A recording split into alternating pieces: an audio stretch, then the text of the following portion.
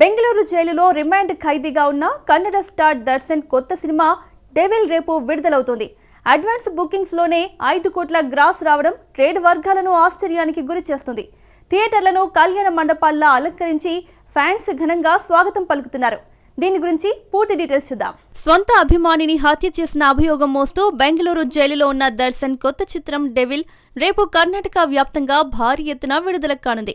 Advance booking లోనే 5 కోట్లకు పైగా గ్రాస్ వసూలు కావడం ట్రేడ్ వర్గాలను నోట మాట రాని స్థితికి తెచ్చింది. థియేటర్ల బయట భారీ కటౌట్లు, పూలదండలు, కళ్యాణ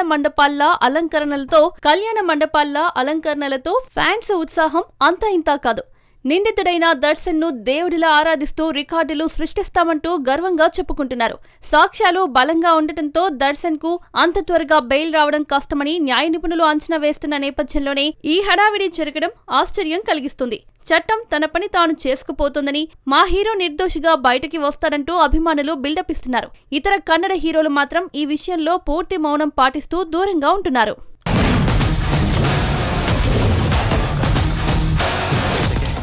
రణబీర్ కపూర్ హీరోగా నితీష్ తివారీ దర్శకత్వంలో తెరకెక్కుతున్న భారీ బడ్జెట్ చిత్రం రామాయణం. ఈ సినిమాను అరబిక్ భాషలో కూడా రిలీజ్ చేయనున్నారు. ఇప్పటికే అరబిక్ గ్లింప్స్ విడుదల చేశారు. ఈ నిర్ణయం ఎంత మేర వర్కౌట్ అవుతుందో చూడాలి. దీని గురించి పూర్తి వివరాలు చూద్దాం. దంగల్ ఫేమ్ నితీష్ తివారీ దర్శకత్వంలో 4,000 కోట్లకు పైగా బడ్జెట్ తో 2 భాగాలుగా తెరకెక్కుతున్న రామాయణం సినిమా ప్రపంచవ్యాప్తంగా అనేక భాషల్లో రిలీజ్ కానుంది. రణబీర్ కపూర్, సాయి పల్లవి, యష్, సన్నీ డియోల్ ప్రధాన పాత్రల్లో నటిస్తున్న ఈ చిత్రానికి ఏఆర్ రెహమాన్ తో పాటు హాలీవుడ్ సంగీత దిగ్గజం హన్స్ జిమ్మర్ కూడా సంగీతం అందిస్తున్నారు. ఇటీవల విడుదల చేసిన షో రీల్ అద్భుత విజువల్స్ తో ప్రేక్షకులను అబ్బురపరుస్తోంది. ఈ సినిమాను ప్రపంచవ్యాప్తంగా ప్రమోట్ చేయాలన్న కృత నిశ్చయంతో చిత్ర బృందం ఇంగ్లీష్, స్పానిష్, ఫ్రెంచ్ వంటి భాషలతో పాటు అరబిక్ భాషలో కూడా డబ్బింగ్ చేసి రిలీజ్ చేయాలని నిర్ణయించింది. ఇప్పటికే అరబిక్ వెర్షన్ గ్లింప్స్ ను కూడా విడుదల చేశారు. మిడిల్ ఈస్ట్, నార్త్ ఆఫ్రికా దేశాల్లో అరబిక్ మాట్లాడే ముస్లిం ప్రేక్షకులు హిందూ పురాణ గాథ మీద ఆసక్తి చూపుతారా అన్నది పెద్ద ప్రశ్నగా మారింది. అయినా రామాయణ గొప్పతనాన్ని ప్రపంచానికి చాటాలన్న లక్ష్యంతో చిత్ర బృందం ఈ సాహసోపేత నిర్ణయం తీసుకుంది.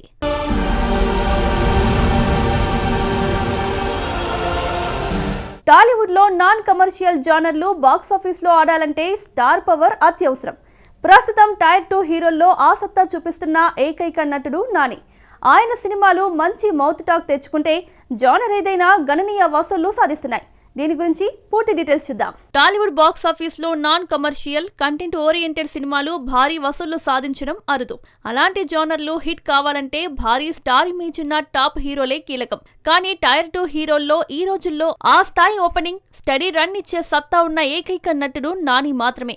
జెర్సీ, శ్యామ్ సింగరాయ్, దసరా, హాయ్ నాన్న వంటి వైవిధ్యమైన జానర్ సినిమాలు కూడా పాజిటివ్ టాక్ వచ్చినప్పుడల్లా లాభాలు ఆర్జించాయి. మిగతా టైర్ 2 హీరోల సినిమాలు మంచి టాక్ వచ్చినా కూడా ఆ స్థాయి వసూళ్లు సాధించలేకపోతున్నాయి. అందుకే నాని ప్రస్తుతం టైర్ 2 హీరోల్లో అగ్రస్థానంలో ఉన్నాడని ట్రేడ్ వర్గాలు అంచనా వేస్తున్నాయి. ఒక